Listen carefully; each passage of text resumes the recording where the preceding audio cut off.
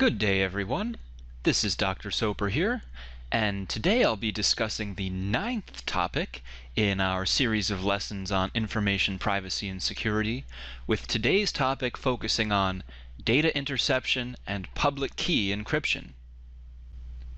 One of the easiest ways in which a malicious party can attack a network is simply by intercepting data while they are in transit over the network. The very nature and purpose of computer networks is to enable the transmission of information between nodes, and many possibilities exist through which messages can be captured or manipulated while in transit. Although there are many legitimate, non-malicious reasons for capturing or manipulating data in transit, security personnel must seek to protect the confidentiality and integrity of messages in transit by taking steps to prevent those messages from being captured or manipulated by malicious parties. An important first step in understanding data interception threats is to realize that the ease with which a message can be intercepted depends in part upon the medium that is used for transmission. Some methods of network communication are by their nature much more susceptible to eavesdropping than others. Consider, for example, wired versus wireless transmission of data. Wired networks rely upon a physical communications medium such as copper wire or optical fiber, and capturing or manipulating data on such networks therefore requires physical access, or at least close physical proximity, to the physical communications medium. By contrast, data that are transmitted wirelessly using methods such as Wi-Fi networks, infrared communication, microwave communication, satellite communication, and so forth, are much more exposed and can potentially be captured or manipulated without requiring access to physical network infrastructure. As a general rule, each method of transmitting information has both strengths and weaknesses from the perspective of information security. Conceptually speaking, malicious data interception can occur either when there is a lack of privacy or when there is a lack of authentication. When a lack of privacy exists on a network, there is a possibility that a message can be received by someone other than the message's intended recipient. This would be analogous to sending a postcard through the standard postal mail system. Since a postcard does not use an envelope, the message written on the postcard is exposed and can be easily read by anyone while the postcard is in transit. By contrast, when a lack of authentication exists on a network, there is a possibility that a message might be sent to the wrong recipient. Without verifying the identity of the recipient, there is no way of knowing with certainty that the person to whom the message is delivered is actually the intended recipient. Finally, it is important to understand that wiretapping can be either a passive activity or an active activity. Passive wiretapping is akin to eavesdropping on a conversation and involves capturing and analyzing messages while they are in transit. Although passive wiretapping might be used to maliciously snoop on the contents of a message, for example through the use of packet sniffing software, it can also be used to gather data on who is communicating with whom, for example by capturing the MAC addresses of the sender and receiver. As opposed to simply gathering and analyzing information, active wiretapping involves covertly modifying messages in transit or fabricating false messages. The purpose of active wiretapping is to gather more information or to effect different outcomes than what could otherwise be achieved through the use of passive wiretapping. Illicit data interception threatens both the confidentiality and the integrity of messages being transmitted over a network. With respect to confidentiality, it is important to understand that the confidentiality of messages traveling over a network can be compromised in many ways, including through message misdelivery, message exposure, and through traffic flow analysis. Misdelivery can occur when a flaw in the network hardware or software causes a message to be routed to an unintended recipient. Messages can be exposed because they must commonly travel through many network links and devices while in transit to their final destinations, and this provides many opportunities for their contents to be examined by parties other than the intended recipient. Finally, examining network traffic flows reveals who is sending messages to whom. The ability to demonstrate, for example, that a suspected spy has been communicating with a foreign government might be of great value, even if the contents of the message cannot be read.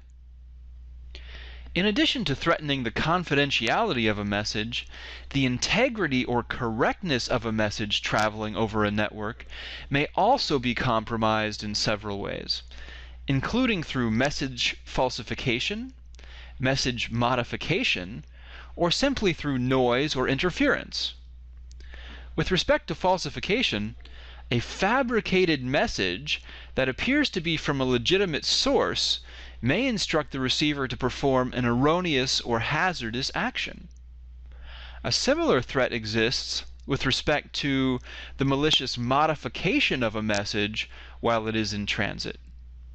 Finally, messages that are transmitted through network connections are susceptible to both natural and artificial noise or interference, and such interference might delay or impede message delivery. The best way of defending against the possibility of messages being intercepted while they are in transit over a network is through the use of encryption. Encryption is the single most powerful and versatile tool that security personnel have available for securing data while they are traveling over a network. It is critical to understand that encryption does not prevent the act of messages being intercepted. Even if a message is encrypted, the message can still be intercepted by a malicious party while it is in transit. Encrypting the message, however, ensures that the message will be of little value to a malicious interceptor, since the intercepting party will be unable to read the contents of the message. Although the use of encryption can be extremely effective in protecting the confidentiality and integrity of messages being communicated over a network, metadata regarding the communication is typically not encrypted and may be of value to a malicious party. Modern networks rely upon addressing, and network addresses of the sender and receiver must therefore be publicly exposed in order to provide for proper message routing and delivery. This allows a malicious party to determine who is communicating with whom, even if the contents of the communication are encrypted and therefore unreadable. In the United States, for example, the U.S. Postal Service has, for many years, digitally photographed the sender and receiver addresses on each piece of mail so as to maintain a government record of who is writing to whom. More recently, it has been revealed that the U.S. National Security Agency, or NSA, has been capturing metadata relating to the telephone calls and email addresses of hundreds of millions of people throughout the world, with the goal being to construct a massive network which reveals not only who communicates with whom, but also how often those communications occur. Even if the contents of these communications are protected, such information can still be used to identify social and professional networks, terrorist activities, espionage activities, and so forth.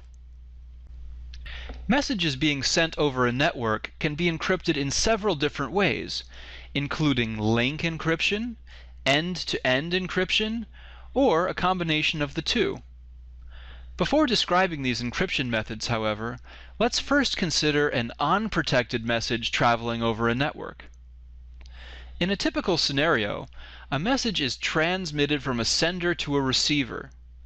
These two parties are commonly separated by several hops, and the message must therefore travel through several intermediary network links and nodes before it can reach the receiver. If the message is unprotected, then its contents could be read or modified at any point while the message is in transit. Specifically, the message could be read or modified by wiretapping any of the communications links between the sender and the receiver, or by using appropriate malicious software or hardware at any of the nodes through which the message must pass while in transit. In contrast to sending messages in an unprotected manner, link encryption can be used to protect the contents of a message while it is in transit over a communications link. Link encryption is typically implemented using network hardware, such as via routers or circuit-level gateways. In link encryption, a message is encrypted just before it leaves a node on the network. Upon arriving at the next node, the message is unencrypted, modified or routed as necessary, and then encrypted again for transmission to the next node. In this model of network encryption, the contents of a message are protected while the message is traveling over each communications link, but the message is exposed and therefore susceptible to interception or modification at each intermediary node between the sender and the receiver. To prevent messages from being exposed at each node while in transit, the sender and receiver might adopt software which implements end-to-end encryption. In end-to-end encryption, software is used to encrypt a message at the highest layers of the network protocol stack. This means that the message is encrypted before it even reaches the network interface card on the sender's computing device. The message is therefore never exposed while in transit to the receiver, and is only decrypted after it has been received by the receiver's computing device. Whereas link encryption is typically implemented using network hardware, end-to-end encryption is typically implemented using software and is therefore usually much slower than link encryption. End-to-end encryption and link encryption can, of course, be combined if necessary to further strengthen the security of a transmission. In the modern era, high-quality symmetric key encryption algorithms, such as the AES algorithm, are commonly used to protect data while they are in transit over a network. Standard symmetric key encryption algorithms are very fast and very secure, and can therefore be used to establish an encrypted communications channel over a public network. Unfortunately, communicating with symmetric key-based encryption requires that the communicating parties be able to securely exchange an encryption key. Securely exchanging a key to enable symmetric key-based communication is by no means a trivial task, and has come to be known as the key exchange problem. As a basis for understanding the key exchange problem in secure network communications, let's consider a common situation in which a sender and a receiver do not know each other personally, but nevertheless want to exchange information securely over a network.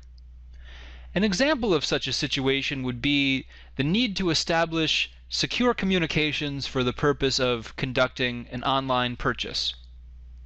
You will notice that a secure exchange of information can only be accomplished if the sender and the receiver are able to securely exchange an encryption key.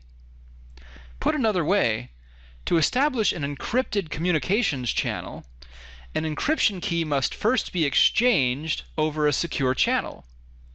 This creates a paradox, since creating a secure communications channel requires that the parties securely exchange an encryption key, but they cannot securely exchange an encryption key until they have established a secure communications channel. This situation is known as the key exchange problem. Since the initial communications between a sender and a receiver must take place over an unsecure channel, a way is needed through which the two parties can securely exchange a symmetric key over an unsecure channel. Fortunately, clever methods have been invented for solving this problem through the use of public key encryption. Recall that crypto systems can be broadly classified into two major categories: secret key crypto systems and public key crypto systems. Both secret key and public key crypto systems rely upon standardized and usually publicly available encryption algorithms. These algorithms are then personalized for each individual secure communications session through the selection and use of unique key values.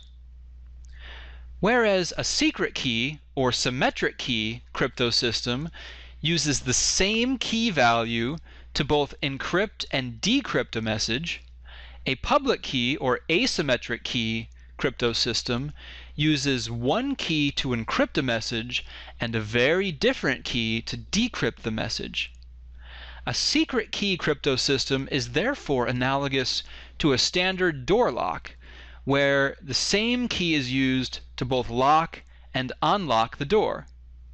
By contrast, a public key crypto system would be analogous to a situation in which one key is required to lock a door, while a very different key would be required to unlock the door.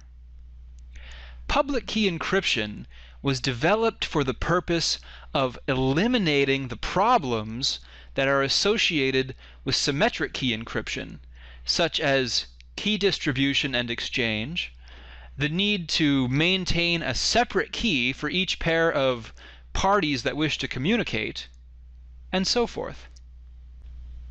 There are three major requirements that must be met in order for a public key encryption algorithm to be considered suitable for widespread use.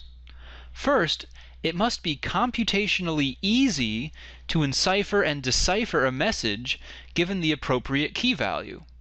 This requirement is well aligned with Claude Shannon's second criterion for good ciphers, which states that both cryptographic keys and encryption algorithms should be free from complexity. According to Shannon, an encryption algorithm should be able to encipher any plain text using any allowable key without the algorithm being too complex to understand.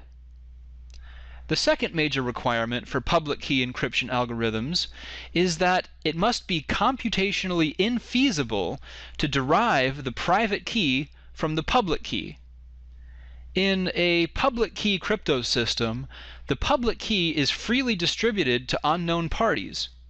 Since the integrity of a public key crypto system is predicated upon maintaining the secrecy of the private key, deriving the private key from the public key must be so computationally time-consuming that attempting to do so would not be seen by malicious parties as a worthwhile undertaking.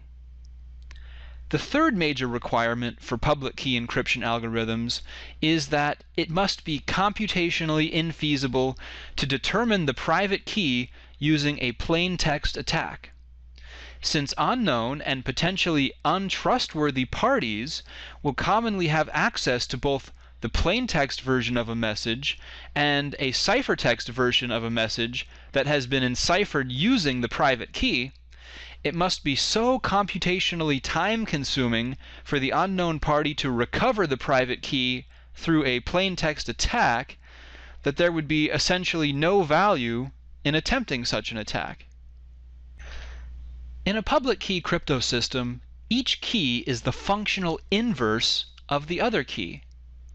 This means that each key can decrypt messages that have been encrypted using the other key. A message that is encrypted using key number 1 can therefore be decrypted using key number 2, just as a message that has been encrypted using key number 2 can be decrypted using key number 1. Note that because of this reciprocal relationship, the choice of which of the two keys to label as the public key and which of the two keys to label as the private key is entirely arbitrary. Since each key in an asymmetric crypto system is only responsible for half of the encryption-decryption process, one of the two keys can be made public, providing that the secrecy of the other key is protected. This means that the public key can be sent over an unsecure network to anyone with whom we wish to communicate, since only our secret, private key will be able to decrypt messages that have been encrypted with the public key. In a public key crypto system, there are two encryption/decryption possibilities that exist for each matching pair of public and private keys. First, a plain text message can be encrypted using the private key and then decrypted using the public key. Alternatively, a plain text message can be encrypted using the public key and then decrypted using the private key. This means that a message that has been encrypted using the public key cannot be decrypted using the public key, just as a message that has been encrypted using the private key cannot be decrypted using the private key. In light of the usefulness of public key encryption, an obvious but nevertheless important question emerges. Namely, do we still need symmetric key-based crypto systems for secure network communications? The answer to this question is that we absolutely still need symmetric key crypto systems. To understand why, consider that symmetric crypto systems are typically at least 10,000 times faster than public key crypto systems. Public key encryption algorithms use slow exponentiation and rely upon computationally expensive multiplication and division operations. By contrast, symmetric encryption systems use extremely fast bit operations, such as bitwise addition, exclusive OR operations, and so forth. One of the most widely used public key encryption algorithms is known as the RSA algorithm. The initials RSA reflect the last names of the algorithm's inventors, Rivest, Shamir, and Edelman, who first described the algorithm in 1977. A few years later, the Massachusetts Institute of Technology, or MIT, was granted a patent for the RSA algorithm. The algorithm was released into the public domain in September of 2000. The RSA algorithm is based upon the problem of factoring large integers in a finite field. Factoring large integers is a very time-consuming problem for which no shortcut is currently known. The public key in RSA-based encryption is derived by taking the product of two randomly chosen prime numbers. The private key is derived by simply computing the multiplicative inverse of the public key. Encryption in RSA is then achieved through exponentiation, such that the ciphertext is equal to the plain text raised to the power of e, where e is the public key. The plain text can be recovered simply by raising the ciphertext to the power of d, where d is the private key. How can public key encryption be used to solve the key exchange problem so that two parties can establish a secure communications channel which relies upon symmetric key encryption? Let's consider two proposed solutions to this problem. In the first proposed solution, the key exchange process begins with the sender creating the symmetric key. Next, the sender contacts the receiver and requests that the receiver send his public key over the unsecure network. The receiver, of course, retains his matching private key. Next, using the receiver's public key, the sender encrypts the symmetric key. The sender then transmits the encrypted symmetric key over the network to the receiver. The receiver then decrypts the symmetric key using his secret private key, after which the sender and the receiver are able to communicate securely using the symmetric key. Although this solution may seem very logical and effective, it does have one major flaw from a security perspective. Specifically, in this proposed solution, the receiver has no way of verifying that the symmetric key was actually sent by the sender. In the second proposed solution, the key exchange process begins like before, with the sender creating the symmetric key. The sender then transmits her public key to the receiver and requests that the receiver send his public key. Both the sender and the receiver, of course, retain their respective matching private keys. Next, the sender encrypts the symmetric key using her private key, after which she encrypts the resulting ciphertext with the receiver's public key. The sender then transmits the doubly encrypted symmetric key to the receiver. Upon arrival, the receiver decrypts the first layer of encryption using his private key, after which he decrypts the symmetric key using the sender's public key. Note that this authenticates the sender because only the sender's private key could have produced a message that can be decrypted with her public key. The sender and receiver can then communicate using the symmetric key. This second method is indeed a good solution to the key exchange problem, and therefore forms the basis of virtually all secure communications among unacquainted parties over the Internet. When considering the value of public key versus symmetric key encryption, remember that both types of encryption are required in order to establish efficient, secure network communications among unacquainted parties. The primary practical difference between these two types of encryption is that public key encryption is much slower than symmetric key encryption. For this reason, public key encryption is generally used only for specialized, infrequent tasks such as symmetric key exchange, digital certificates, and so forth. Symmetric key encryption, which relies upon efficient and secure algorithms such as AES, remains the real workhorse of secure network communications. Well, my friends, thus ends our overview of data interception and public key encryption. I hope that you learned something interesting in this lesson, and until next time, have a great day.